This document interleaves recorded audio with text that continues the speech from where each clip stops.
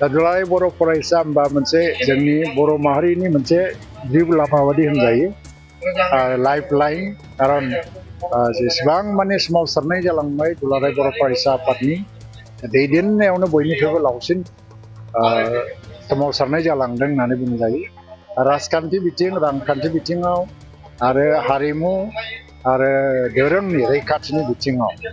राजनैतिक बिथिङाव बे अधिकार मोननायनि सोमावसारनाय बे दुलाराय बर' फरायसा आफादनि सोमावसारनायानो बयनिख्रुइबो जाफुंसारसिन जे फैगौ 2-3-4 फेब्रुवारि 2024 मायथाइनि बे सानाव सानथामनि हाबाफारि लानानै दुलाराय बर' फरायसा आफादनि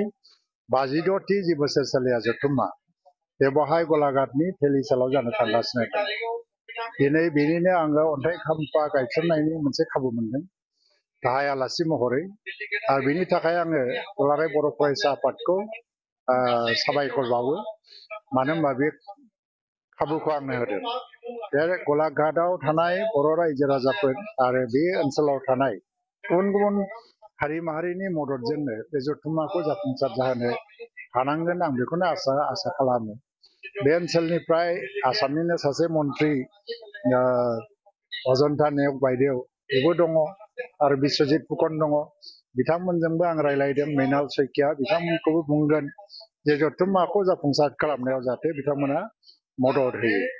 दा दुलाराय बर' फरायसा होनबा मोनसे जोंनि बर' माहारिनि मोनसे जिउ लामा बादि होनजायो लाइफ लाइन खारन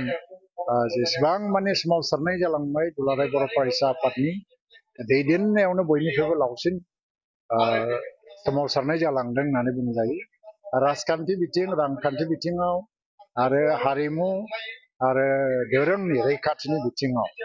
राजनैतिक बिथिङाव बे अधिकार मोननायनि सोमावसारनाय बे दुलाराय बर' फरायसा आफादनि सोमावसारनायानो बयनिख्रुइबो जाफुंसारसिन दिनै जा एसे मोनदों दुलाराय बर' फरायसा आफादनि सोमावसारनायजोंनो जादों होनजायो BKWACआबो दिनै बुंनो थाङोबा बे 2020 मायथाइनि सुक्तिजोंनो फैनाय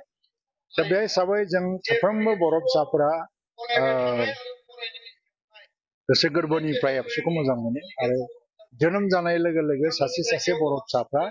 एबसुजों सोमोन्दो जायो होननानै आङो सानो माने बेखौ अनसायनांगौ दैदेनगिरियाथ' सोलायबाय थागोन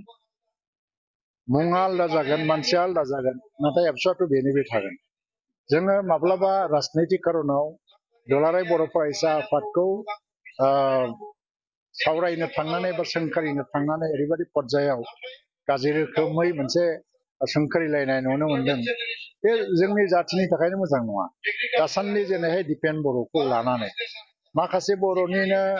सानै दैदेनगिरिखौनो आं बुंगोन दैदेनगिरि नङा बिसोरो क'क्राझार ओनसोलनि आं मुं मख'ला बे सानै सानफ्रामबो माने कन्टिनिउआस मोनसे एटाकखौ नुबाय थादों आं बे दिपेन बर'नि सायाव एटाक खालामाखै बे एन्टायार एबसुनि सायावनो एटाक खालामगासिनो खारन जेब्लासिम सासे मानसिया मोनसे आफादनि संबिधानिक पजिशनाव थायो बियो सासे बेक्ति जानानै थाया बे जि मावो आफादनि थांखिजों मावो आफादा जेखौ मोजां नुदों बेखौनो मावो दा बेखौ नाम लानानै सोंखारिदोंबाबो बे दुलाराय बर' फरायसा आफादखौनो सोंखारिगासिनो दङ आरो बेबायदि डिग्रियाव जिबायदि राव बाहायलायनानै सोंखारिलायनाय जादों बेखौ गोदो एबसुजों आरो PTCजों जेला डिफारेन्स फैलायलायदोंमोन जे माने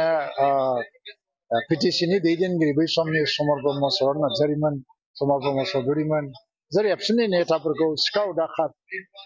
गुन्दा लुच्चा बेबायदि होननानै रायोमोन आरो समाजाव बिसोरखौ सेस खालामनायनि मोनसे धमकि होयोमोन दा बे एखे लेंगुवेजखौनो दिनै नुनो मोनदों आं माने बेबायदि पर्यायसिम थांफिनदों जों मोनसे सिभिलाइज बर' जाथिया आरो एबसुनि जारिमिनजों बै सानै मानसियाबो जडित दङ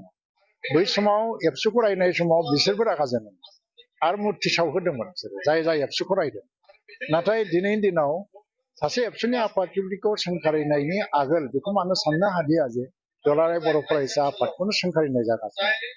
आं बेखायनो दुलाराय बर' फरायसा आफादनि साफ्रोमबो मावथिफोरखौ बेबायदि थासारियाव गोख्रोङैनो गसंनो खावलायगोन आरो गोसो बायनोबो नाङा गिनोबो नाङा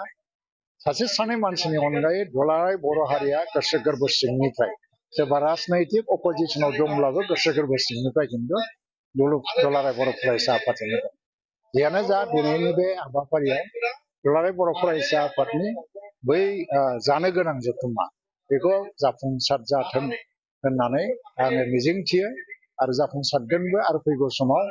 आरो आं फैबावगोन बेखौनो खोथा होनानै दिनै आंनि बुंनांगौआ बेनो। Good news for everyone. For the academic year 2024-2025, admissions to playgroup, nursery, LKG and UKG are underway at Vidyavili Kids School in Habubari, Kokrajhar. This Vidyavili Kids School has many facilities for students